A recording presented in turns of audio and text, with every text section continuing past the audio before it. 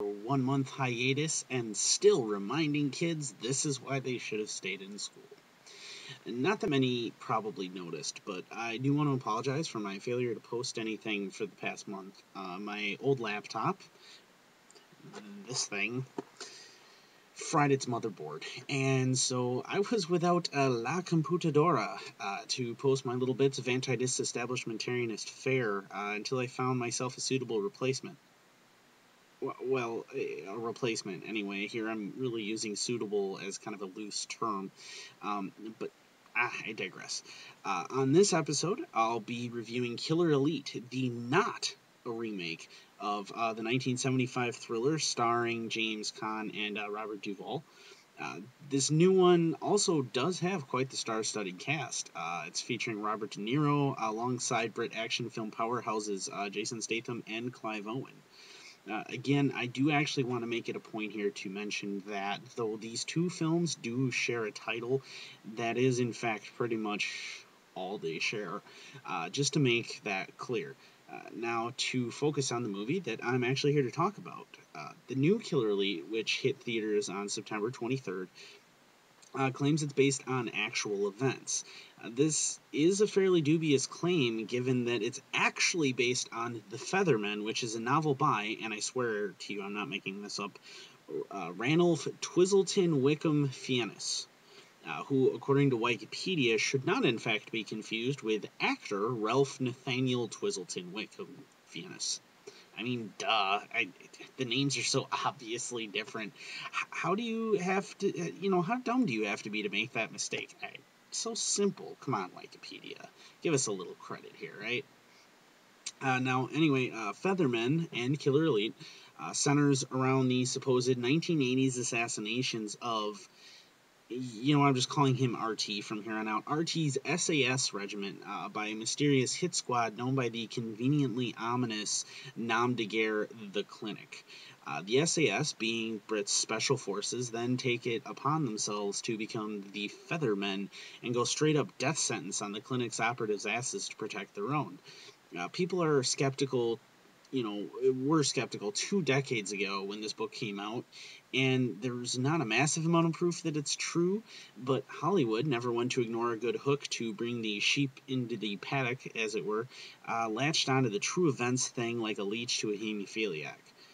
So the trailer makes the movie look pretty well filled with the gratuitous violence one has come to expect from any film with Jason Statham's name attached to it.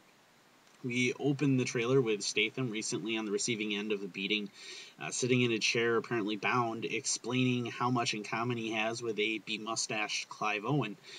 Owen points out the clear differences lie in armament, so Statham is clearly beaten, and Statham begs to differ and then proceeds to kick Owen's ass while still bound to a chair. The sequence kind of gained some fame because it features Statham doing a crouching tiger-esque backflip in the chair onto Owen. We already see some unreality here because everyone knows anybody with that much of a non-epic piece of facial hair is much more of a sissy than Owen lets on. So then we cut to that damn based on a true story tagline that I mentioned before, and then we see Statham being threatened by not only Owen in a phone booth, presumably to establish that this is in fact a period piece, and then having his father figure threatened by, I shit you not, a character that is played by an actor whose name is 3 times as long as the character's name.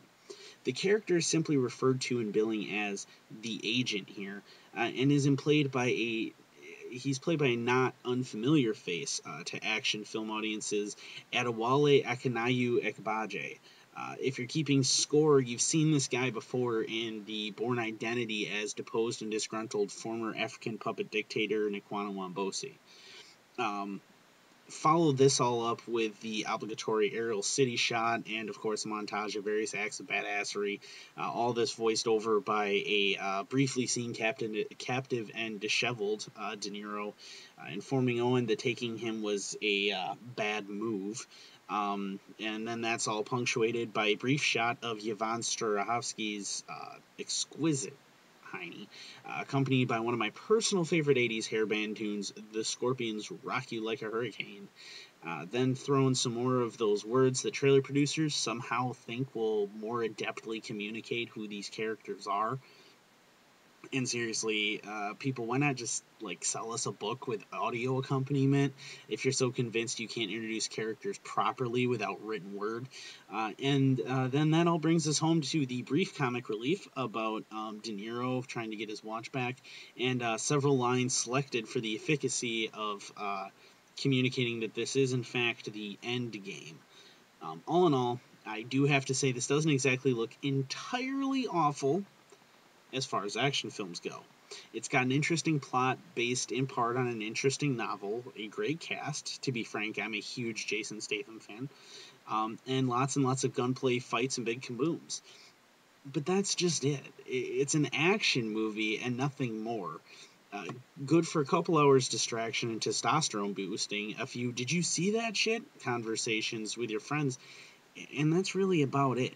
And let's be honest, most likely it's a work of fiction based on a work of mostly fiction, both of which claim to be true stories.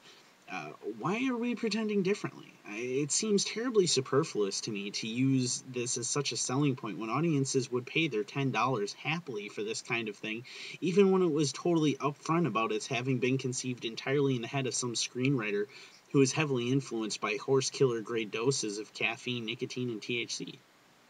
Incidentally, that'd be a good name for a rock album. Now, I think we're beyond my telling you whether or not to see it. You don't care what I think in that respect. Uh, we're all far past any pretense of my opinion impacting your fiscal decisions, but be that as it may, I will say that I will probably see it if I can, because if nothing else, action movies are wonderful when taken as they simply are, and you just sit and enjoy the hour and 45 minutes of mindless, gratuitous gunfire, ass-kicking, explosions, and scantily clad hot women. So, Hollywood, if you're watching, please just be happy with what a movie is and stop trying to pick up more viewers or tweets on Twitter or Facebook statuses or whatever it is you're going for by claiming your film is based on actual events or true stories. If what actually happened was interesting enough for you to make a movie about it, chances are probably pretty good we've already heard about it on the news and are well aware of what the real thing was. I'm sick of films like this that are based on a story that may or may not be true, but really, I'm even more irritated by films like Lord of War and The International that are really just loosely inspired by some shit that went down that was way more boring, involved, and less gunfire filled than the film that you made about it. I mean, seriously. Well, if you like my reviews, or maybe my sense of humor, or like having a good way to kill 10 or so minutes from time to time, hit that neato little button that says subscribe down there. And be sure to check out tomorrow night's Guerrilla Movie review, which is going to be my remake special, where I review not one, but in fact two actual remakes, The Thing and Footloose. Anyway, peace out.